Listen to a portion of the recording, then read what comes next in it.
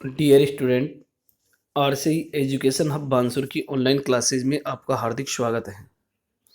हम निषेचन क्रिया की बात कर रहे थे, जिसमें निषेचन क्रिया के चरणों में पहला चरण चल रहा था पराग कण का अंकुरण तथा पराग नलिका का निर्माण।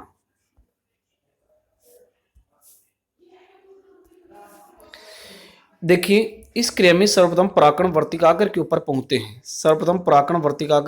पहुंचते हैं तथा वर्तिकाग्र से जल, वसा, रेजिन आदि पोषक पदार्थ ग्रहण करके परागकण क्या हो जाता है, फूल जाता है, जिससे परागकण की अंत्यचौलिक नलिका के रूप में जनन छिद्र से होकर बाहर निकलती है, जिसे क्या कहा जाता है, पराग नलिका, जिसे हम क्या बोलेंगे, पराग नलिका। यह एक अंकुरित परागकण होता है। यह क्या होता है, अंकुरित परागकण होता है। अधिकांश पादपों में परागकण के अंकुरण के समय एक पराग नलिका बाहर निकलती है,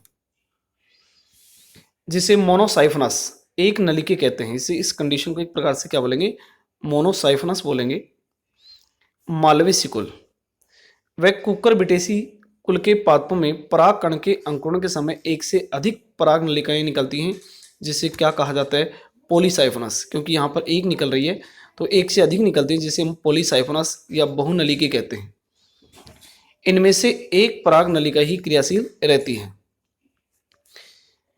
पराग नलिका की लंबाई वर्तिका की लंबाई पर निर्भर करती है। मक्का में इसकी लंबाई 450 mm होती है। मक्का में इसकी लंबाई कितनी होती है, 450 mm तक होती है। ये था पहला पॉइंट। अब दूसरे पॉइंट के ऊपर चलते हैं। पहले इन लाइनों को रेज कर देता हूं। पराग नलिका की वृद्धि, पॉइंट 2 आएगा, पराग नलिका की वृद्धि।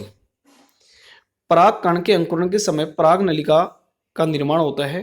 पराग नलिका वर्तिका से होती है। आप देख रहे हैं कि ये क्या है, वर्तिका। वर्तिका से होती है, बीजांड की ओर गति करती है। ये वर्तिका से होती किधर जा रही है, बीजांड की ओर। आप देख रहे हैं। पराग नलिका पैक्टिनेज, पराग नलिका पैक्टिनेज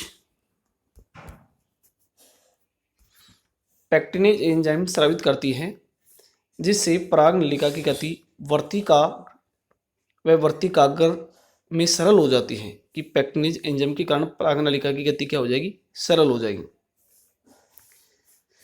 पराग नलिका की गति रसायनवर्ती पदार्थों के कारण बीजाणु द्वार की होती है, क्योंकि बीजाणु द्वार की ओर जा रही, जिससे पराग नलिका भ्रूणकोश में प्रवेश करती है।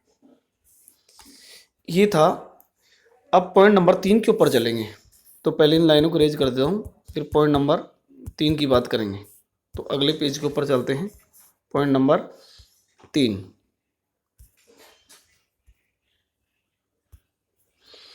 देखिए, पराग नलिका का बीजाणु में प्रवेश। पराग नलिका का बीजाणु में प्रवेश 3 प्रकार से होता है। नंबर 1, बीजाणु द्वारी प्रवेश या पुरोगमी बोलेंगे। कि जब पराग नलिका बीजाणु द्वार से प्रवेश करती है, किधर से जा रही है, बीजाणु द्वार से, इसे बीजाणु द्वारी प्रवेश या पुरोगमी बोलते हैं। अर्थात अधिकांश पादपों में इसी प्रकार का प्रवेश होता है। दूसरा, निभागी प्रवेश, चैलासगेमी बोलते हैं। कि जब पराग नलिका बीजाणु में निभाग सिरे से प्रवेश करती है तो इसे निभागी प्रवेश कहते हैं। जैसे कैजुराइना है, बिटूला है, जुगलेंस है, उसके अंदर एक प्रकार से किस प्रकार का प्रवेश होता है, निभागी प्रवेश। आप देख रहे हैं किधर से प्रवेश कर रही है, निभाग की ओर से। नंबर 3 होता है अध्यारोणी प्रवेश या मध्य प्रवेश बोलते हैं, मेसोगेमी बोलेंगे। कि जब पराग नलिका बीजाणु द्वार व निभाग को छोड़कर मध्य भाग से प्रवेश करती है, यहाँ आप देख रहे हैं कि मध्य भाग से प्रवेश करती है, तो इसे अध्यारोणी प्रवेश बोलते हैं। और इस प्रकार का प्रवेश होता है जो एक प्रकार से कुकुरबिटा व पोपुलस में होता है। तो ये था पराग नलिका का बीजाणु में प्रवेश। तो अगले पेज के ऊपर चलते हैं। पहले इन लाइनों को रेज कर देता हूँ।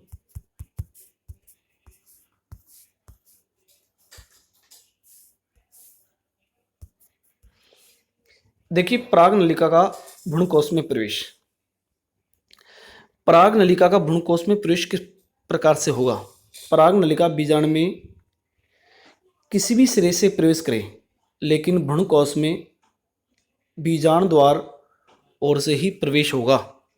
याद रखिए, ऊपर डायग्राम में भी देख रहे होंगे कि पराग नलिका प्रवेश कर रही है। पराग नलिका सहायक कोशिका की तंतुरूप समुच्चय से होती हुई, आप देख रहे हैं ये तंतुरूप समुच्चय है, समुच्चय से होती हुई भ्रूणकोश में जाकर फट जाती है, जिससे दोनों नरयुग्मक मुक्त हो जाते हैं। यहाँ आप देख रहे हैं कि ये पराग नलिका इधर से प्रवेश कर रही है, ये पराग नलिका है, प्रवेश कर रही है, और इस कंडीशन में आप देख रहे हैं कि पराग नलिका प्रवेश कर चुकी है। पराग नलिका सहायक कोशिका के तंतुरूप समुच्चय से होती हुई भ्रूणकोश के अंदर जाकर क्या हो जाती है, फट जाती है, कि यहाँ जाकर क्या हो गई, फट गई, जिससे दोनों नरयुग्मक, आप देख रहे हैं एक नरयुग्मक ये है और एक नरयुग्मक ये है, ये आप देख रहे हैं ये दो नरयुग्मक हैं, दोनों नरयुग्मक मुक्त हो जाते हैं।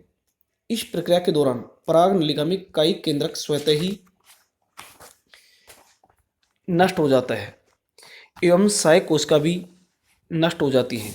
इस प्रकार पराग नलिका की सहायता से नरयुग्मकों का अंड कोशिका तक पहुंचना क्या कहलाता है, साइफोनोगेमी। कि आप देख रहे हैं कि पराग नलिका की सहायता से नरयुग्मक होते हैं जो एक प्रकार से कहाँ तक पहुंच जाते हैं, अंड कोशिका तक पहुंच जाते हैं।